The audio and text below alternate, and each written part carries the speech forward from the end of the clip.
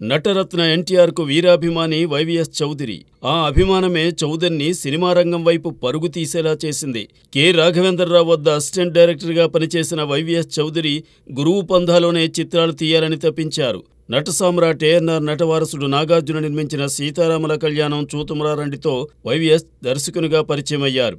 ఎన్టీఆర్ అభిమాని ఏఎన్నార్ను తొలి చిత్రంలోనే డైరెక్ట్ చేసే ఛాన్స్ సంపాదించారు. తరువాత నందమూరి హరికృష్ణ, అక్కినేని నాగార్జున హీరోలుగా సీతారామరాజు చిత్రం తెరకెక్కించి ఆకట్టుకున్నారు వైవీఎస్. సొంతంగా బొమ్మరిల్లు బ్యానర్ స్థాపించి అందులో రక్త సంబంధంలోని ఎన్టీఆర్ పిక్ను లోగోలో చూపించడం ఆనవాయితీగా చేసుకున్నారు వైవీఎస్. హరికృష్ణ ప్రధాన పాత్రలో లాహిరి లాహిరి లాహిరిలో తీసి విజయం సాధించారు చౌదరి.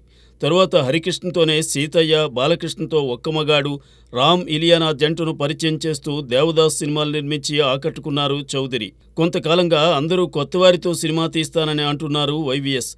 మరి ఏ సినిమాతో వైవీఎస్ మళ్లీ జనం ముందుకు వస్తారో చూడాలి.